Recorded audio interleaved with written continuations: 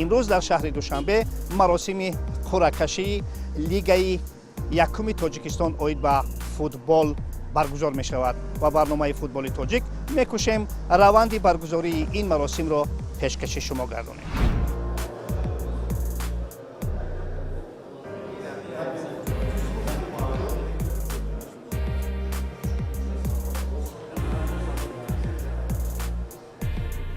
تا کدام اندازه دسته ماهر برای چمپیونات امسال آماده است؟ تئوریمون خوب است چون که ما قریب 3-4 تا بازی رفیقانه گذراندیم. از جمله هفته گذشته با دسته پنشیر نویای بلخی گذراندیم و نصیب باشد تا سرشوی چمپیونات فکر داریم از 3 بازی رفیقانه دیگه گذرانیم. تئوریمون بسیار خوب است. خوب، وضعیت ورزشگاه در کدام حال است؟ وضعیت ورزشگاه وعده خالی. خیلی بودم خیلی سودگی. چیزی کارکرد نشده است؟ یگان نمود کارکرد نیست. چمنزار میدان هم همون حالی که بود همون است؟ زور تو بزرگ تیار میشه. خوب همش چیکار علف برآمدگی خوبه. تو سرشوی چمپیونات میشه. خوب، بازیگران اینا با دسته دعوت کردید یا نه؟ کردیم. بازیگری خوب است هست.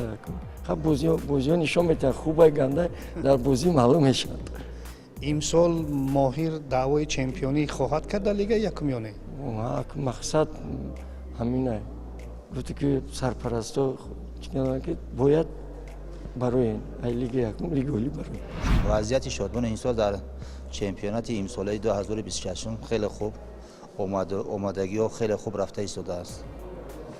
آمادگی ها رو الکی شروع کردین، ادامه دارن در کدام پایه است؟ مشق تمرین رو ما از 18 ینور سر کردگیم تا امروز ادامه داده ایستاده ایم. خوب، با دسته یگان بازیگرانی نو دعوت کردید یا نه؟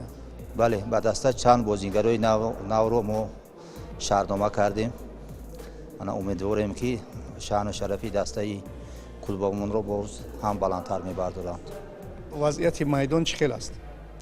وضعیت میدان خیلی خوب است. آماده باش خیلی کارها کرده ایستاده ایم تا سرشوی چمپیونات لیگ یکم با طور اعلا ما میتوان گفت که بازیامون رو در میدان خونگی گذرانیم. دسته سرحچی تا کدام اندازه آماده است با موسم امسال؟ موسم امسال ما خیلی آمادگی خوب دیدیم. الکی ما از ماه ینور شروع کردیم تا حالا در مشق دسته جوانی ما رفته است. در دسته یک چند بازیگرای با تجربه را دعوت کردگیم و خاطر آنها کار کردیم. ستاد مربیان چی؟ ستاد مربیان حالی یک مربی دعوت شدگی است. از پیش در دسته حصولات کار فعالیت میکرد شریف قربانعلی. خاطر اون کس هم کار کردیم و او در آینده با مربی نو هم دعوت کردیم. خوب، اگر مربی نو بیاید و دسته نو بعد با کی آماده می شود با دسته؟ دسته الکی آماده است، فقط برای لیسانسش مربی آماده نیست. مربی آماده است. ولی البته مسلم است که بدون دستگیری ها کار پیش نمی رود. دستگیری ها در کدام پایه اند؟ دستگیری ها در سطح عالی است. از رحمت به مقامات نوعی که ما را دستگیری میکند، ما دسته مؤسسه دولتی همه چیزمون الکی برای 1 سال آماده است. در پیش دسته این موسم چه وظیفه گذاشته شده است؟ 5 گونه. از نگاه شما موسم امساله لیگ یکم از سال گذشته چه تفاوتی خواهد داشت؟ فکر میکنم که موسم امسال بین 5-6 دسته لیگ یکم مبارزه شدید می‌رود تا اون درجه شوق‌آور میشه که فکر میکنم که نسبت بعضی بازی‌های لیگ اولی نیز شوق‌آورتر می‌گذارد. خصوصا دسته‌های هولبوکی واسه ناحیه واسه پنشیر ناحیه جلدین بلخی، ماهری ناحیه یوان، شادمان حصار با غیر از این هست دستهایی که فکر میکنم که مقصد اینا در نزد خود برای نتیجه های بالا را نایل شدن و موسم امسال فکر میکنم بسیار شوق‌آور می‌گذارد. تا آنکه مراسم قرعه‌کشی برگزار شود، در یک حال متنتن سیدولی دانیارزاده، نایب پرزیدنت فدراسیون فوتبال تاجیکستان و رهبر شرکت وطنی فرمول 55 بهرام پاچویف زیر قرارداد همکاری میان فدراسیون فوتبال تاجیکستان و فرمول 55 امضا گذاشتند.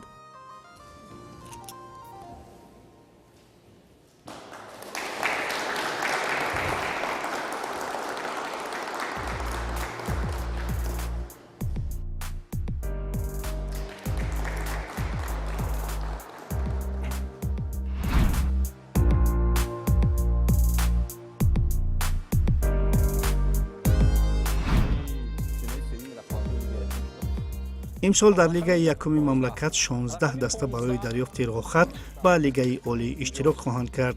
мавсими гузашта дастаи ваҳдати ваҳдат ин лигаро тарк кард ва дастаҳои шоҳмансури шаҳри душанбе, ҷиликури ноҳияи дӯстӣ ва рахши ноҳияи восе шомили лига шуда, акнун бо бузургдастаҳои лигаи якуми кишвар мубориза хоҳанд бурд. футболи ҳулбук дастае ки соли гузашта аз лигаи олӣ ба лигаи якум рафт ва имсол аллакай онҳо барандаи ҷоми федератсияи футболи тоҷикистон шуданд. Дар финал тими бархчиро шикаст доданд. фикр мекунам бо роҳбари маҳмадҷон ҳабибуллоев ҳулбук ҳам вазифаи асосияш боз роҳхат ба лигаи олӣ аст. дар шаҳри душанбе ва ноҳияи восе бозиҳои байни худӣ ё ба истилоҳ дербиҳо баргузор хоҳанд шуд. клуби футболи рахш клуби футболи рахш аз ноҳияи восе ва ин даста ҳам бори аввал ба лигаи якум роҳхат гирифт. дастаҳои ҷиликури ноҳияи дӯстӣ ва рахши ноҳияи восе барои нахустин маротиб дар лигаи якум ширкат мекунанд. яке аз шаҳрҳои футболӣ ҳам ҳаст. ҳарифи дастаи ҳулбук ин мавсим низ як роҳхат бозида шуда, дастаи мақоми 15-уми лигаи якум бо дастаи 11-уми лигаи олӣ бозиҳои гузаришӣ баргузор мекунанд. дастаи мақоми 16-умро гирифта лигаро тарк хоҳад кард. ду нафар собиқ бозингарони маъруфи футболи ватанӣ Аслиддин Ҳабибуллоев ва Нуриддин Давронов барои муайян намудани ҷадвали даври якуми мусобиқа қуръакаширо баргузор карданд ва ахиран ин ҷадвал чунин шакл гирифт.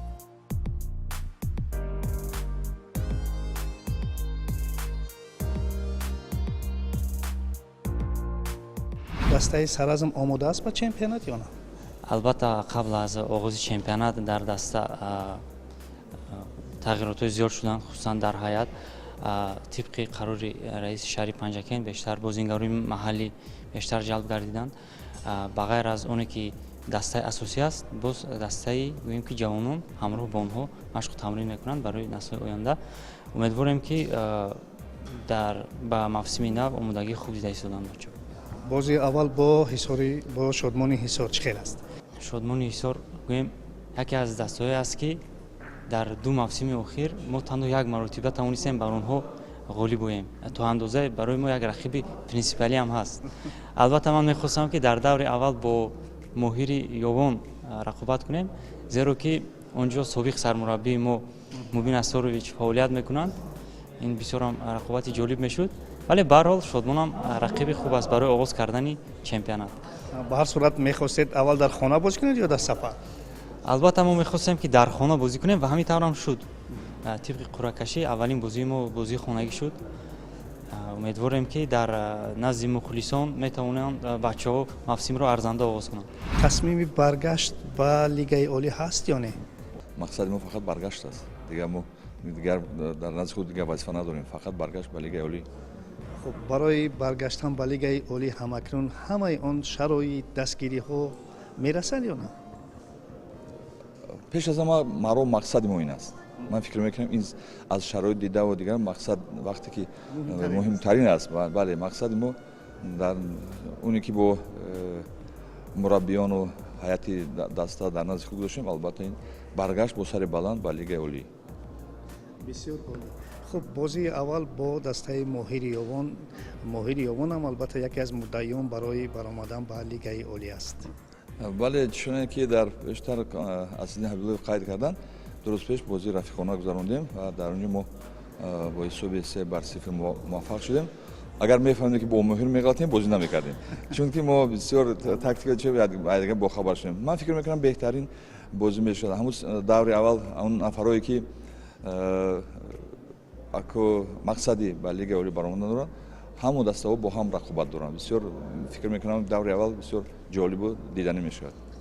яке аз иллатҳои асливу усулӣ ба лигаи якум афтодани дастаи панҷшер ин надоштани майдони хонагии худ буд дар мавсими гузашта. имсол дастаи панҷшер дар куҷо бозӣ мекунад?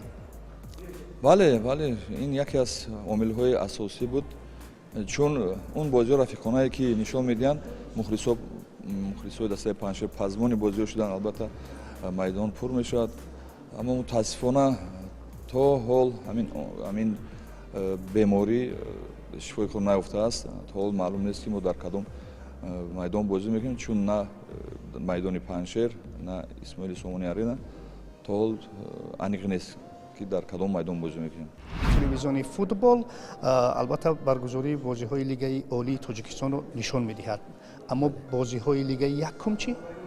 мо вобаста ба варзишгоҳое ки ба талаботи баргузории мусобиқаҳо мувофиқ бошад, албатта пешкаши бинандагон мекунем бозиҳоро. бубинед ки бархе бозиҳое ҳастанд ки дар унҷа тақдири баъд ба қавле ки чемпиониву рафтан ба лигаи дуюму ё ки ба лигаи олӣ баромадан ҳал мешавад. Ин гуна бозиҳо чӣ?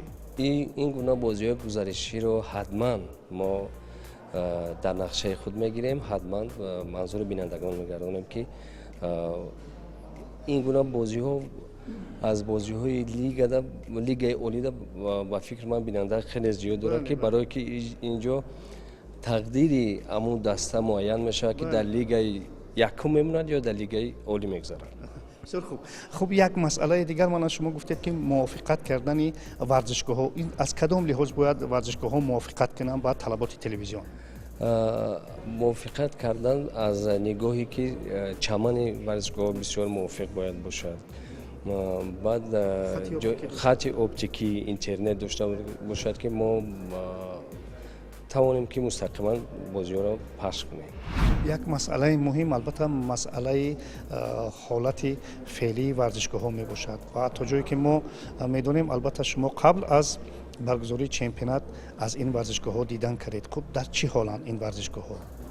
то ҷое ки масъулони ҳамин вогузор шудагӣ дам барои дидан кардан аз варзишгоҳҳо барои омода шудан ба мавсими нав, то тибқи маълумотҳо варзишгоҳҳо дар сатҳи омодабош қарор доранд ва ҳоло қариб як зиёда аз 20 рӯзи дигар мондааст барои оғози чемпионати Тоҷикистон паҳни дастаҳои лиги якум ва умед дорем ки то оғози мавсим варзишгоҳҳо омода мешаванд. Хуб, бинед ки бозиҳо дар шомгоҳон баргузор мешаванд ё ин ки дар давоми рӯз, масалан қабл аз шом? то ҷое ки ба ҳамагон маълум аст, дар дастаҳои лигаи олӣ, варзишгоҳи дастаҳои лигаи олӣ аллакай бо нурафкан, яъне прожектор насб шуданд ва дастаҳои лигаи олӣ дар шомгоҳон баргузор мешаванд бозиҳошон. Дастаҳои лигаи якум бошад, ҳозир дар нақша аст ки пеш аз шомгоҳ баргузор карда шаванд. ва дастаҳое ки агар имкон дошта бошанд дар варзишгоҳи лигаи олӣ бозӣ кунанд, мо метавонем ки бозиҳошонро дар шомгоҳон баргузор кунем.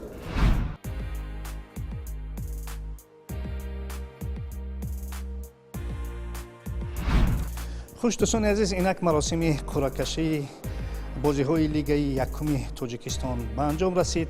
16 дастаи лигаи якум ҳарифони худро пайдо карданд ва инак ҳамин монда ки ба ҳамаи дастаҳо дар мавсими имсола ки моҳи апрели соли ҷорӣ шурӯъ мешавад барору комёбӣ таманно кунем. дар ҳамин ҷо барномаи футболи тоҷик ба анҷом мерасад. хайр.